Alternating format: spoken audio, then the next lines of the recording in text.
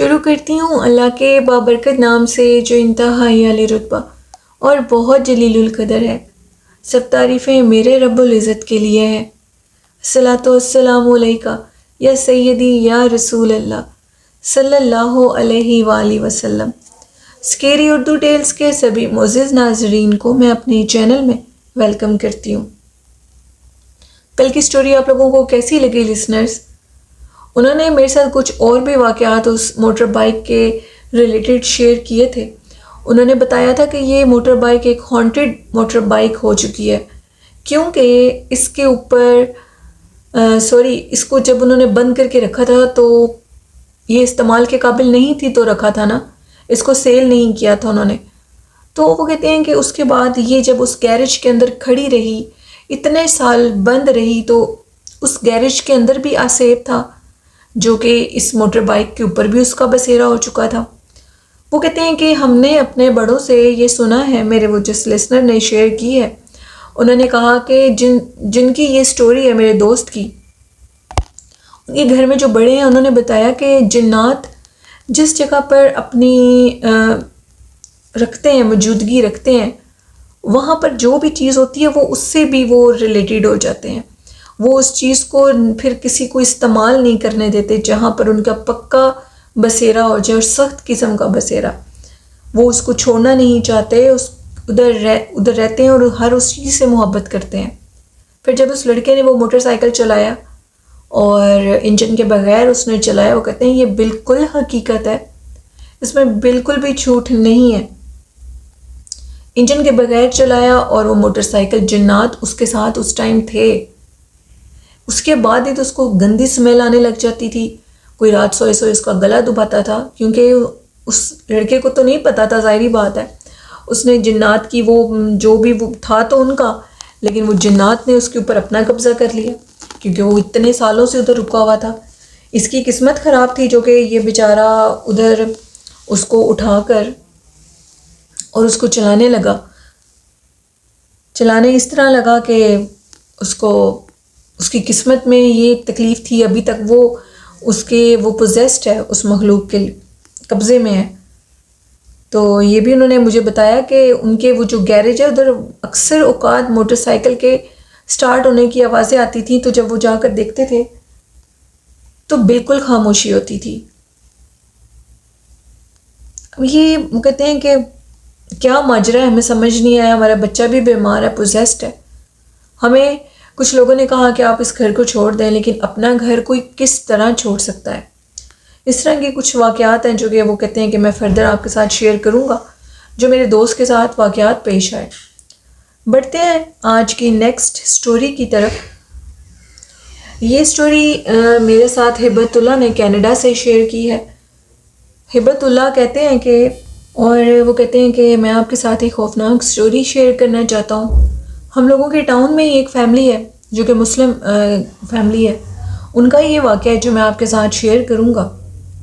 وہ آنٹی بالکل مجھے اپنے بیٹوں کی طرح سمجھتی ہیں۔ کہتے ہیں کہ انہوں نے مجھے اپنا بیٹا بنایا اور انہوں نے میرے ساتھ اپنا ایک خوفناک واقعہ شیئر کیا۔ وہ بھی ان کے پاس میں بائی چانس کسی کام کے سلسلے میں گیا، تو میرے وہاں پر ان کے ساتھ سیٹنگ ہو گئی اور انہوں نے مجھے بتایا۔ انہوں نے بتایا بیٹا کہ 1999 کی بات ہے، وہ ادھر ہی کی پکی مقیم ہے، اور میں اپنے بچوں کے ساتھ واپس آ رہی تھی اپنے گھر، کسی دوسری سٹی میں اپنے کسی ریلیٹیوز کی طرف گئی ہوئی تھی۔ انہوں نے ہمیں بہت منع کیا کہ آج آپ لوگ نہ جائیں، راستہ بہت خراب ہے، موسم خراب ہو سکتا ہے، دوپہر تھوڑی سی یہ کہہ لیں کہ 3-4 بجے کا ٹائم تھا، تو ہم لوگ اس ٹائم پر نکلنا چاہتے تھے، مجھے گھر جانا تھا۔ تو انہوں نے مجھے کافی منع کیا، لیکن ان کے منع کرنے کے باوجود میں ادھر سے نکل پڑی۔ میرے ساتھ میرے 3 چھوٹے چھوٹے بچے تھے اور میں خود تھی، میرے ہسبینڈ جو کہ گھر پہ تھے، تو مجھے اسی لیے زیادہ جلدی تھی جانے کی کہ ان کے پیچھے سے کھانے پینے کا کوئی پرابلم نہ ہو۔ تو وہ گھر کی بنی ہوئی سب چیزیں کھاتے ہیں، وہ باہر کی کوئی چیز کھاتے نہیں ہیں۔ کہتی ہیں کہ میں نکل پڑی اللہ کا نام لے کر، تقریباً 2 گھنٹے کا سفر تھا، بڑی گاڑی تھی، اور میں نے کہا سفر کا پتہ ہی نہیں لگنا، چٹکیوں میں گزر جائے گا۔ لیکن جیسے ہی ہم لوگ ادھر سے نکلے اس سٹی سے، تو بارش بہت شدید شروع ہو گئی۔ اور بارش اتنی شروع ہوئی کہ موسم خراب ہو گیا. کہتی ہیں کہ اچانک سے چلتے چلتے جو گاڑی تھی وہ رک گئی، اور گاڑی اس طرح رک گئی کہ گاڑی کو جیسے کچھ ہو گیا، گاڑی خراب ہو گئی ہے. اب مجھے یہ تھا کہ میں اتر کے دیکھوں کہ گاڑی میں کوئی مسئلہ تو نہیں ہے، لیکن میرے جو بڑا بیٹا تھا وہ مجھے کہہ رہا تھا کہ مما آپ نے بالکل بھی اتر کے نہیں دیکھنا، باہر بارش بہت زیادہ اور مجھے ڈر لگ رہا ہے، اگر آپ نیچے اتر کے جائیں گے تو مجھے کچھ ہو نا، میں اکیلا نہیں بیٹھ سکتا. کیونکہ چھوٹے بہن بھائی سوئے پڑے تھے پیچھے گاڑی میں. میں نے اس کو کہا کہ بیٹا آپ بھی پیچھے جا کر سو جاؤ، کیونکہ ہم لوگوں کی جو ادھر باہر کے ملک گاڑی ہیں وہ اگر آپ لوگ ادھر ٹریولنگ کر رہے ہیں تو بچوں کو سلا سکتے ہیں، وہ ساری جگہ بنی ہوتی ہے وہ کہتے ہیں. تو انہوں نے کہا کہ آپ بھی بیٹا جا کر پیچھے سو جاؤ، مجھے گاڑی دیکھنے دو. خیر وہ بچہ نہیں مانا اور وہ لوگ ادھر ہی کھڑے رہے. بارش کچھ دیر بعد رک گئی، اور اچانک سے بارش کے رکنے کے بعد جو ہم لوگوں کی گاڑی کی پیچھے والی شیشے کو کسی نے زور سے بجایا اس سینس میں کہ بچے جو سوئے پڑے تھے وہ بھی اٹھ کے بیٹھ کے ڈر گئے، بلکہ وہ رونے لگے. میں اکیلی عورت تھی اور میں اتنی زیادہ پریشان کہ یہ ہو کیا رہا ہے، کوئی چور آ گیا ہے، کیا ماجرا ہے یہ.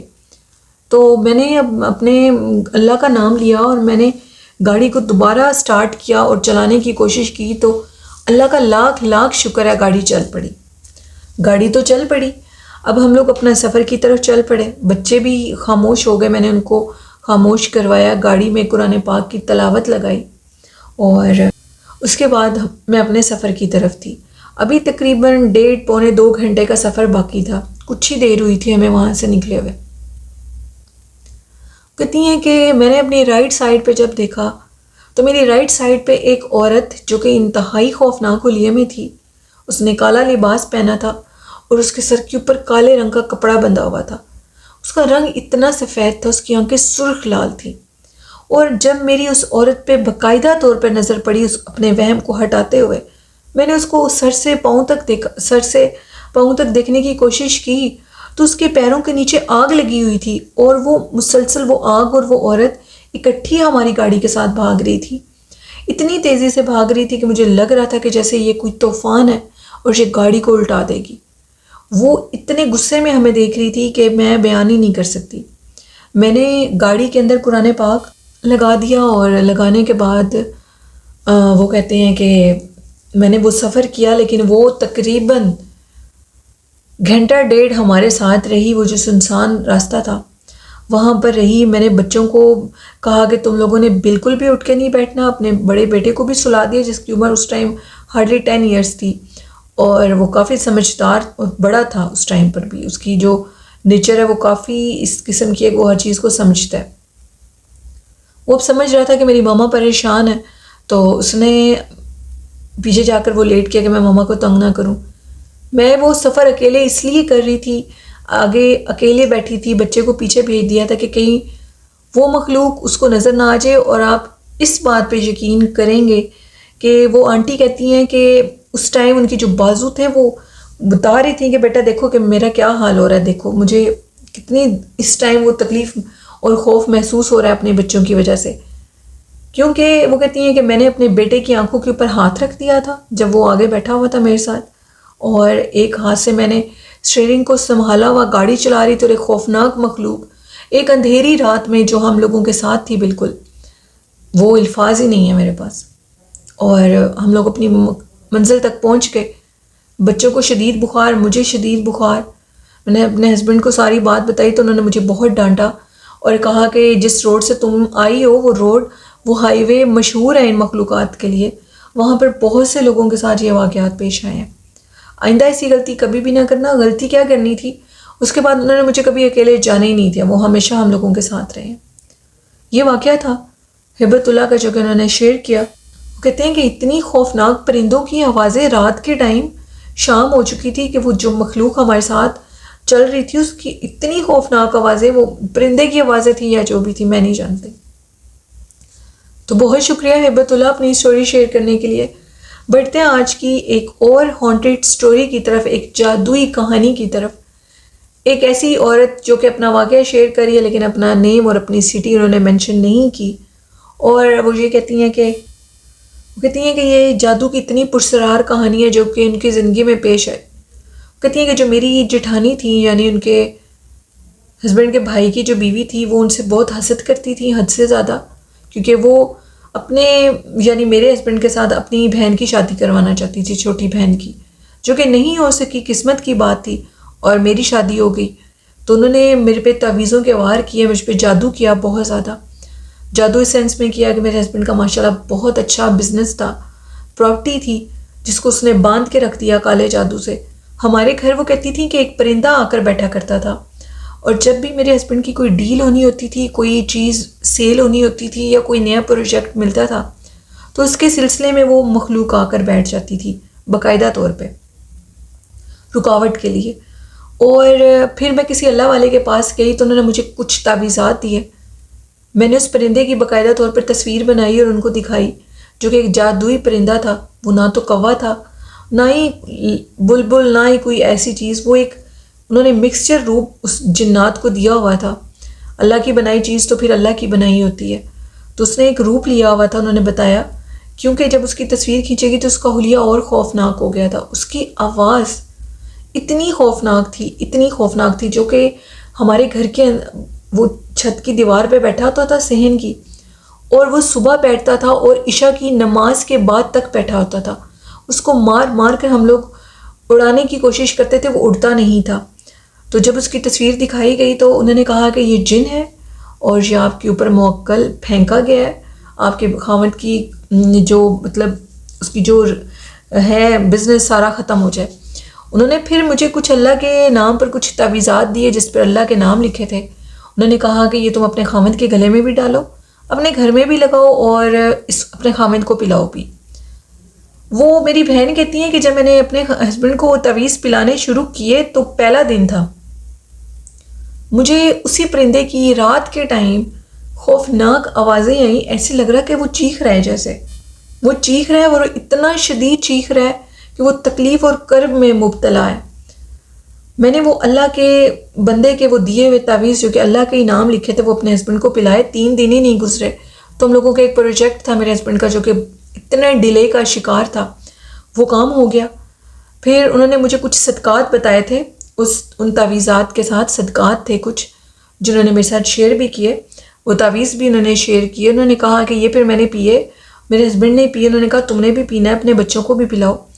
اور پھر اس کے بعد ہم نے وہ صدقات دیے، وہ صدقہ دینے کے بعد ہی وہ تعویذات پینے تھے۔ اللہ نے اپنا بہت کرم کیا اور ماشاءاللہ سے اب ان پہ جادو کا اثر نہیں ہے۔ اور میں نے اپنی پھر اس جٹھانی سے لین دین ختم کر دیا، کیونکہ میں ان سے رشتہ داری ختم نہیں کرنا چاہتی تھی، لیکن انہوں نے میرے ساتھ اچھا نہیں کیا، وہ میری دشمن بن چکی تھی، میرے بچوں کی دشمن بن گئی تھی، تو ہم نے ان سے تعلق ختم کر دیا۔ کچھ عرصہ پہلے وہ جادو کا پرندہ دوبارہ آیا ہم لوگوں کے گھر، میں نے ان اللہ والوں سے دوبارہ رابطہ کیا، انہوں نے کہا بیٹی جو میں نے تمہیں صدقہ بتایا تھا وہ صدقہ دو، اور اس کے بعد جو تعویذ تمہیں میں نے پہلے دیے تھے وہ تعویذ مجھ سے آ کر دوبارہ لو اور پیو، اور اللہ تم پر رحم کرے اپنا۔ کیونکہ اس جٹھانی کے ساتھ میں کچھ اپنے اور بھی باقی ہیں جو کہ آتے جاتے ہیں میرے گھر، ادھر بھی جاتے ہیں، جو کہ اس کو خبریں دیتے ہیں کہ میرے خاوند کا کام بہت اچھا جا رہا ہے، جس سے وہ بہت جیلس ہوتی ہے، اور وہ کہتی ہیں کہ میں نے اس کا معاملہ اللہ پر چھوڑ دیا ہے۔ اللہ اور اللہ کے رسول صلی اللہ علیہ وسلم بہتر انسان کو جانتے ہیں اور وہی اس کا فیصلہ کریں گے، کیونکہ میں اس کے حق میں کچھ بھی برا نہیں کرنا چاہتی، کیونکہ میں برے کے ساتھ برا نہیں کر سکتی۔ تو بالکل ٹھیک کہا ہے، اگر آپ برے کے ساتھ برا کریں گے تو آپ میں اور اس میں کوئی فرق نہیں رہے گا۔ بہتر ہے کہ اس کا فیصلہ اللہ پہ چھوڑ دیں، اللہ جادو کرنے والوں کو بہتر جانتا ہے اور ان کو خوفناک سزا ضرور دے گا، چاہے وہ جادو کسی کے حق میں ہے، کسی نے آپ سے برا کیا ہے تو آپ یہ دیکھیں کہ اگر کسی نے آپ سے برا کیا ہے تو اس سے انتقام لینے کے لیے اگر آپ جادو کریں تو آپ بھی سیم اس سے تو کئی درجے زیادہ ہیں، کیونکہ اللہ اور اللہ کے رسول صلی اللہ علیہ وسلم کے خلاف کھلی جنگ ہے، سود اور کالا جادو، اس کو تو قبر بھی قبول نہیں کرتی ایسے شخص کو۔ پلیز اپنی آخرت کو دیکھنا چاہیے ہم سب کو، جادو جیسی خوفناک گندی آفت سے بچیں، یہ گھروں کے گھر برباد کر دیتے ہیں۔ جو لوگ جادو کرتے ہیں ان کے گھروں میں بھی خوفناک تکلیفات آتی ہیں، بیماریاں آتی ہیں، ان کے کام خراب ہو جاتے ہیں۔ پہلے تو وہ بڑا سوچتے ہیں کہ ہم کسی سے انتقام لے رہے ہیں اور اس کے ساتھ اچھا کر رہے ہیں، وہ شخص تو بیچارہ تکلیف میں مبتلا ہوگا، اللہ اس کو تو چھٹکارا دے دے گا، چاہے اس کی جان چلی جائے تو اس کو اگلی دنیا میں تو چھٹکارا ملے گا، لیکن جو جادو کر رہا ہے، جو تکلیف دے رہا ہے، اس کا چھٹکارا ناممکن ہے اس دنیا میں بھی نہیں، جو کہ فانی دنیا ہے، ختم ہو جانی ہے، ابدی دنیا ہے آگے جو کہ ہمیشہ رہنی ہے، ابد تک رہنی ہے. ادھر سے آپ کو چھٹکارا نہیں ملے گا، نہ ہمیں ملے گا. اس لیے اللہ پاک ہم سب کو ایمان کی نعمت سے مالا مال کرے اور ہم کبھی بھی ایسی راہ پر نہ چلیں. آمین. اسی لیے سب لسنرز کو یہ میسج دیتی ہوں کہ درود ابراہیمی ایک واحد ایسی چیز ہے جو کہ آپ کو ہر قسم کی نفس کی غلاظت سے بچائے گا. آپ کا نفس پاک ہو جائے گا کسی معصوم بچے کی طرح. آپ سب لوگ اس کو اپنی روٹین بنائیں. زیادہ نہیں پڑھ سکتے تو ہر نماز کے بعد 10 دفعہ پڑھ لیا کریں. آپ کا نفس پاک رہے گا. طہارت کی حالت میں رہیں، قرآن پاک پڑھیں، نماز کو قائم کریں، درود شریف پڑھیں، تو یہ آپ کے لیے باعث نجات کا ذریعہ ہے. یہ کہنا چاہوں گی کہ میرے اس چینل کو سپورٹ کریں، چینل کو سبسکرائب کریں اور اپنے والدین جیسی خوبصورت نعمت سے بہت محبت کریں. یہ نعمت ایک دفعہ جانے کے بعد دوبارہ نہیں ملتی. اپنی ہوسٹ نیلم یاسین کو اجازت دیجیے. دعاؤں میں یاد رکھیے گا اور اپنے والدین کا بہت سا خیال رکھیے گا. اللہ حافظ.